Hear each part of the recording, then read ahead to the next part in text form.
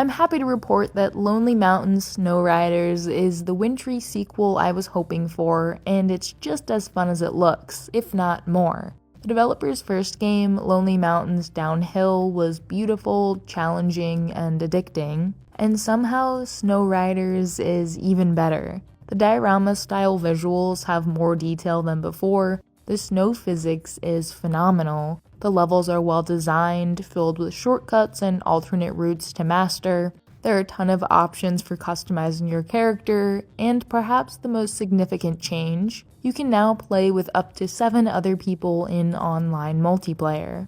But don't get me wrong, the single-player experience is still phenomenal, and I've very much been enjoying mastering these mountains over the past few days. It's out now on Steam and Xbox for $25 and if you're interested in either of these titles, which, come on, you should be, they both have a free demo up, so really there's nothing to lose here.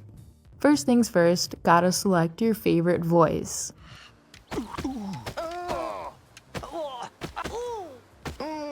I like this one. The tutorial is super well done, puts you right into the action, and is completely non-invasive. Just ski down the mountain and learn as you go. In total there are 3 different mountains, each with 4 separate trails. Each of those then has a blue slope and a more difficult black slope, and are a great way to really get to know each level.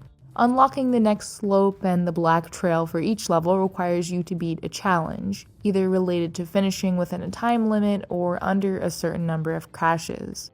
These are all doable, but you may need to practice a bit to find your perfect path down the mountain. And a really wonderful feature that'll help with this is the trail your skis leave in the snow. It allows you to kind of retrace your steps when restarting a checkpoint, or it can help you avoid obstacles hiding just up ahead. But there's nothing quite like carving through fresh powder for the first time. If you crash or just want a do-over, you'll restart at the last checkpoint. Simple. Now, Snow Riders isn't necessarily a completely casual game. You can take your time, stopping at various scenic overlooks to catch your breath, but the game will most likely frustrate you at some point or another.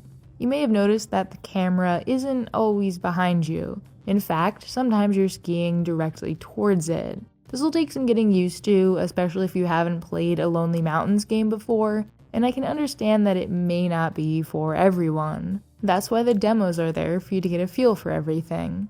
And the game feels so good. It completely nails the feeling of skiing, drifting through wide turns, being wildly out of control going over ice, and experiencing more resistance when skiing over fresh, deep snow.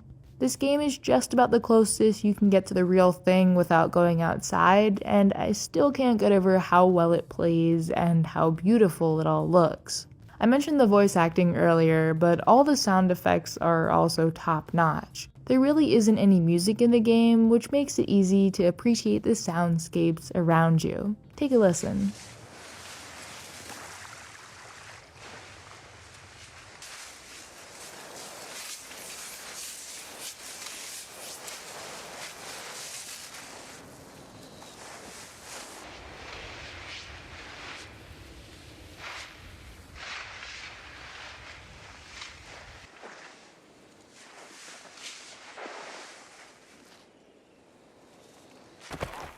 If Lonely Mountains Downhill has any edge over Snow Riders, and it's honestly a close call here, I'd say that each mountain is more visually distinct, but that's just because the snow covers up a lot of the terrain, but not all of it. There are still plenty of flowers, trees, and other signs of life, which increase as you head down in elevation. A nice touch. You can also do tricks too, which is a fun way to add a little flair to your run, but also cause you to run the risk of completely wiping out. Online races are very fun. You can spectate the other riders after you finish, some interesting usernames here, and it's cool to see other players' routes and race neck and neck towards the finish line. And I'd imagine that playing with friends over voice chat would be an even better experience. All in all, I would 100% recommend Snow Riders for anyone who wants a surprisingly realistic skiing game with a good level of challenge. There are some wild shortcuts to discover that are pretty tricky to pull off, and the Black Diamond trails can be brutal. The camera is purposefully odd, but I never really found it to get in the way of playing. Rather, it forced me to use more caution in certain areas and learn the ins and outs of each slope.